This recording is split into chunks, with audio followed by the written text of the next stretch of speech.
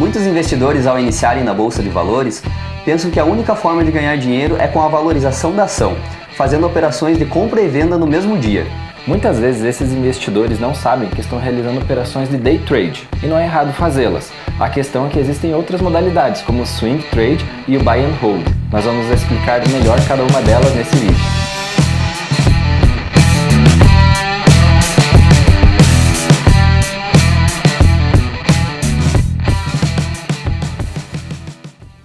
Olá pessoal!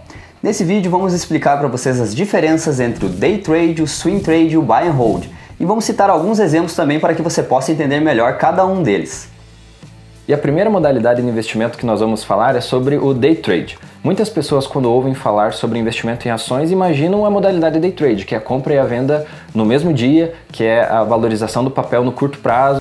Realmente, isso acaba definindo, de certa forma, a modalidade day trade. Que o day trade, como o próprio nome diz, ele é o negócio do dia, ou seja, a compra e a venda de um papel, a abertura de uma posição e o fechamento dela no mesmo dia, no mesmo pregão. Então, o interesse do day trade é a especulação, é aproveitar a valorização do papel no curtíssimo prazo. As operações podem demorar segundos, minutos ou no máximo um dia. Eu acho que um erro também de todo investidor iniciante, né, Cleiton, seria pensar que sempre quando você fala em investimentos em ações, é ter a visão que só existe o day trade. É ter a visão do day trade. É o que muitas pessoas acham, muitas pessoas acreditam que isso é arriscado, ao mesmo tempo pode ganhar muito dinheiro em pouco tempo, e isso acaba se enquadrando melhor no day trade. Até muitas pessoas, um exemplo, quando você imagina um computador com várias telas, vários gráficos, é porque no day trade você pode operar vários mercados. Mercados, por exemplo, como índice Bovespa, índice futuro, taxa de juros, milho, boi, café, opções. Então, se a pessoa abre muitas opções de venda, né, de compra e tal, ela vai precisar ter várias telas para acompanhar esses índices. É por isso que ela precisa de todo esse aparato. E muitas pessoas acham que comprar e vender ações se resume a isso. E na verdade existem outros métodos que nós vamos demonstrar agora. Mas então, voltando no day trade, ele é isso. Ele vai aproveitar uma especulação de curtíssimo prazo para ganhar dinheiro. Tem um estudo que 95% dos traders não são lucrativos no longo prazo e apenas 5% são lucrativos no longo prazo.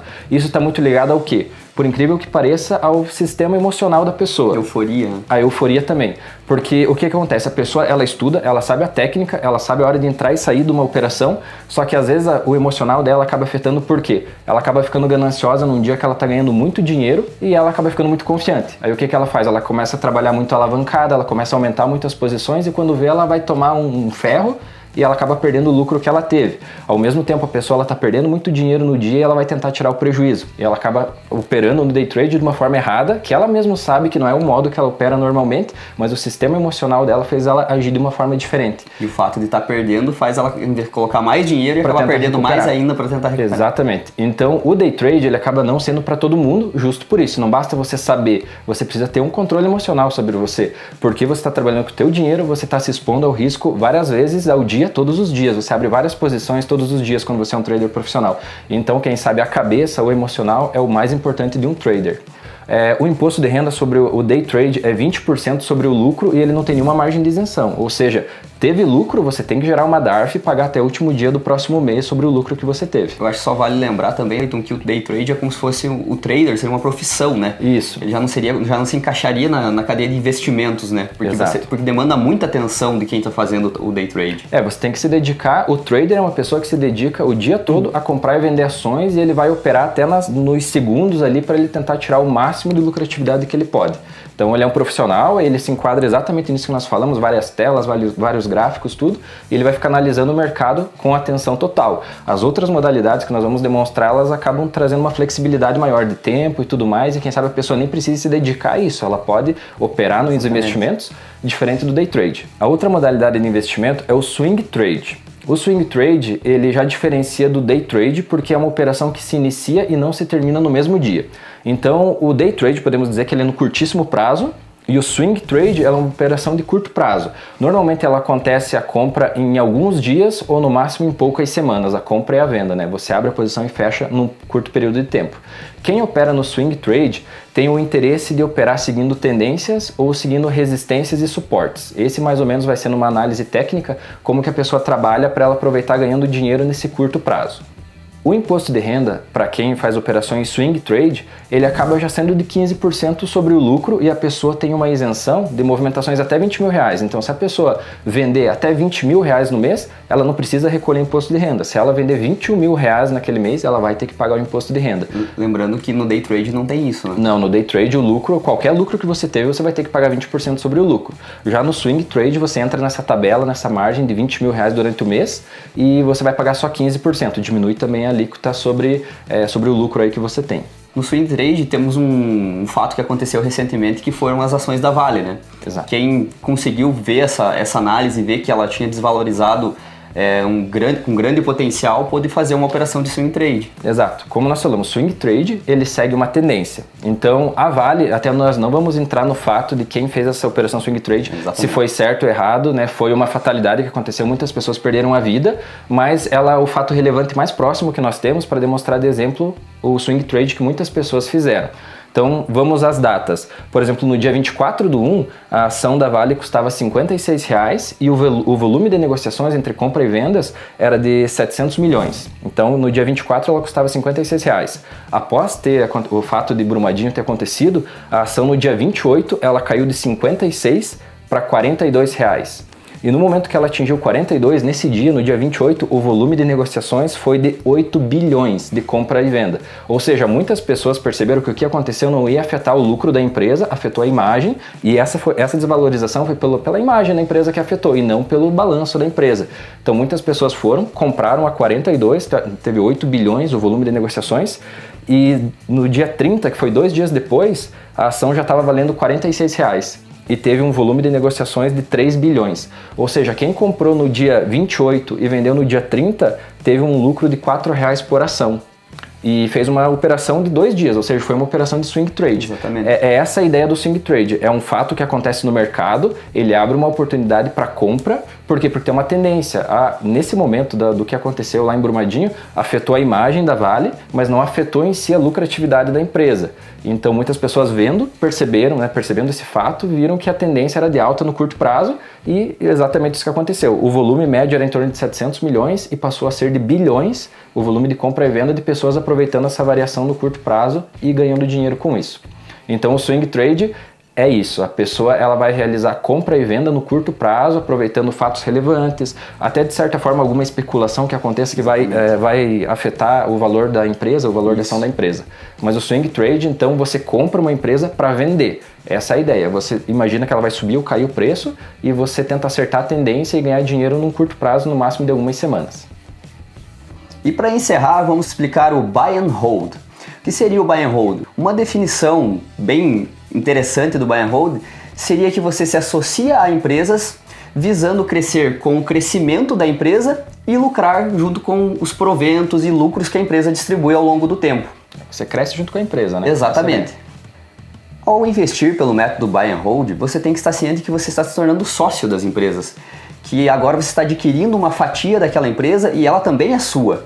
Então é muito importante que você comece a dar valor e avaliar realmente quais são os valores da empresa, o quanto ela agrega no mercado, o quanto ela é participativa em investimentos, tecnologia, as decisões que os gestores estão tomando, quais os caminhos que a empresa vai tomar para que ela tenha um crescimento exponencial no longo prazo. Até o nível de governança, né? Exatamente, isso. O nível de governança, se a empresa distribui dividendos, existem vários fatores que a gente vai falar ao decorrer desse vídeo.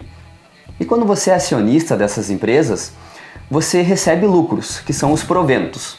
E esses proventos podem vir de várias formas. Podem ser através de dividendos, juros sobre capital, bonificações e subscrição. Então, explicando cada um deles. Valorização é a valorização da cota. Os dividendos é o resultado dos lucros da empresa, que ela divide entre os acionistas. É definida uma porcentagem dos lucros que a empresa obteve e ela divide entre os acionistas. E esses dividendos são isentos de imposto de renda. E tem os juros sobre capital, que também são praticamente a mesma coisa, só que você vai ter que pagar o imposto de renda sobre esses juros sobre capital, porque a empresa não pagou. Então, isso vem para você fazer o pagamento. Ele entra na empresa como uma despesa, né? Ela acaba usando isso para diminuir o custo dela e o custo do imposto de renda acaba sendo seu. Mas exatamente. Não é nada mal também, é uma forma de bonificação, mas você acaba ganhando um dinheiro aí, né? Exatamente, você acaba ganhando do mesmo jeito. A única diferença é que quem vai ter que pagar o imposto nesse caso será você. Vale lembrar que no juros sobre capital próprio você não precisa gerar nenhuma DARF para pagar o imposto, ele já vai cair na conta da corretora, já deduzido o imposto, tudo automático. Exatamente. Sobre a bonificação, são ações que a empresa acaba entregando para você conforme as ações que você já tem. Seria uma proporção pequena, mas que a empresa te bonifica.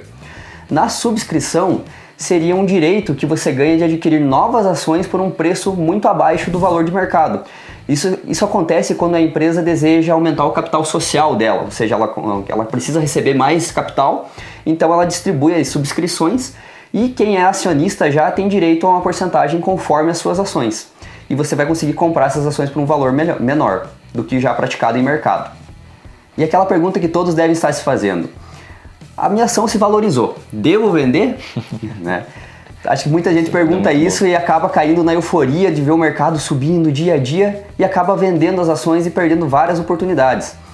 Investir no longo prazo consiste em você adquirir capital dessas empresas, recebendo os proventos e reinvestindo, até que você tenha um bom valor acumulado e a própria lucratividade que a empresa te pague seja o suficiente para arcar com seus custos. Então isso seria você investir ao longo prazo para ter uma renda passiva. É através dos lucros e reinvestimentos desses lucros nas próprias ações. Até algo muito interessante no buy and hold, você cria um preço médio, né? Você compra quando está barato, você compra quando está caro e entre as compras você acaba criando um preço médio. E Exatamente. O que importa é isso. Então o preço acaba não sendo o principal, né? O preço da ação, o que importa é o valor dela, o quanto essa empresa vai crescer, o quanto ela vai aumentar o espaço dela no mercado, né? Essa é a ideia dela, quanto o lucro dela vai avançar, porque quanto mais lucro, mais dividendo, mais você reaplica, mais ações você tem, mais renda passiva, enfim. Exatamente. É uma bola de neve, né? Exatamente. Vale lembrar que quando você está investindo em ações, elas nunca vão subir em linha reta. Né? Então, existe até um ditado que a bolsa sobe caindo.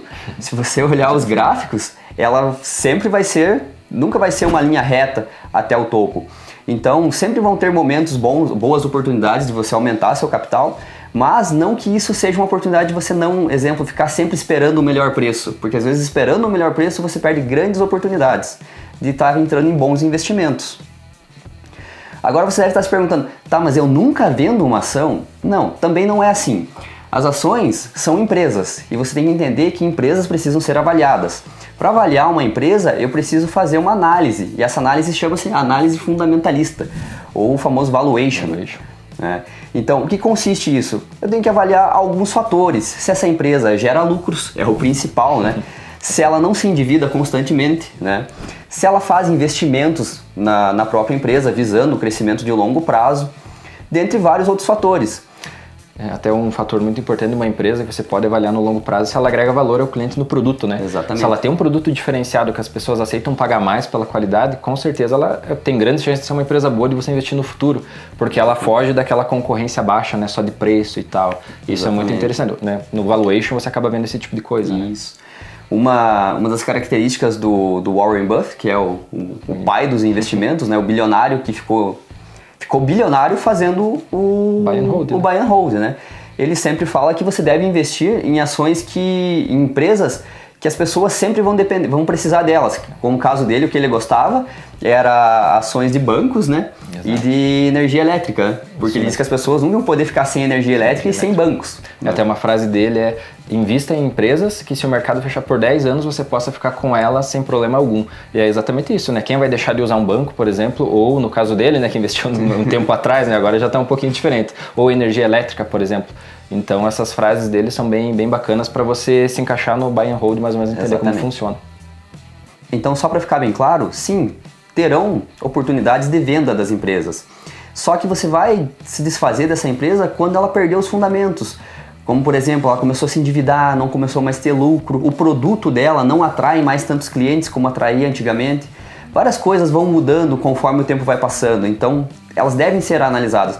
Mas o buy and hold não consiste em você olhar as ações, tipo ficar com o home broker aberto o dia inteiro. Acompanhando sobe e desce, né? Exatamente. Você abrindo uma vez por mês, uma vez a cada 3 meses e avaliando as empresas que você tem em carteira já é o suficiente. E falando em carteira, qual é a melhor forma de eu conseguir construir um bom patrimônio no buy and hold? Seria a partir da diversificação. E como que acontece essa diversificação? Vamos dar um exemplo aqui. Ela acontece com as porcentagens que você define para a sua carteira. Então, exemplo, se eu tenho 90% em renda fixa e 10% em renda variável, Então, esses 10% eu vou diversificar. Mas, exemplo, eu não vou comprar 20 ações, porque aí senão... é pulverizar. Né? Exatamente, eu acabo pulverizando. Então, o ideal é que eu tenha em torno de 3 a 5% de cada ação. Então, tipo, se tenho 10%, o ideal seria ter 3, 4 ações em renda variável, já seria uma boa diversificação. Agora, conforme você aumenta o seu nível de porcentagem na renda variável, você vai aumentando o número de ativos. Sempre lembrando, fique em um ideal entre 3 a 5% em cada ativo, para que não comprometa todo o seu patrimônio. E entre essa diversificação é muito importante que você deve diversificar entre setores. Então, por exemplo, às vezes não vale a pena você ter, se você vai ter 4 ações em carteira, você ter as 4 ações de um banco. Do banco é. Ou as 4 ações de uma energia elétrica. Banco Itaú, Banco Bradesco, enfim. Exatamente, tipo esses isso exemplos. Não é diversificar. Isso não é diversificar. Diversificar seria você ter empresas de setores diferentes. Vamos dar um exemplo. Você ter Itaú como banco, você ter Engie na parte de energia elétrica, WEG na indústria. Esses são alguns exemplos, tá? Só para que fique bem claro o que seria a diversificação por empresas e por setor. E resumidamente, essa é uma explicação sobre o que é o Buy and Hold. É isso, até para você entender o Buy and Hold, é bacana você puxar o Google e digita, por exemplo, ações Itaú. E bate lá no gráfico de 5 anos e olha como está o gráfico. Ele não vai estar numa linha reta, mas ele vai estar sempre subindo, digita ação WEG lá. Ou seja, você vai se imaginar se tivesse comprado essa ação há 5 anos atrás, há 10 anos atrás. Só que isso vai acontecer exatamente daqui para frente. Renda variável, você nunca sabe o rumo, mas a tendência é que as empresas sempre boas continuem evoluindo e continuem tendo mais lucro. E lembrando que você vai ver no Google a ação, você só vai ver a valorização da cota. Nesse tempo teve os lucros que foram divididos para os acionistas. Exatamente, teve os proventos que a pessoa também ganhou dinheiro que não mostra no gráfico. Lá no gráfico você vai ver a valorização do papel. Então essa é a ideia do Buy and Hold, essa é a ideia do canal. O Você Investidor, ele é focado para holders, para pessoas que pensam em ações, em construir um patrimônio no longo prazo. Esperamos ter esclarecido aí esses 3 modalidades de investimento que muitas pessoas têm dúvida, que é o Day Trade, o Swing Trade e o Buy and Hold. Então, se você gostou do vídeo, clica no like, se inscreve no canal, ativa os sinos. Se ainda não nos segue no Instagram, o link vai estar aqui embaixo. E pessoal, até o próximo vídeo. Tchau pessoal, até o próximo vídeo.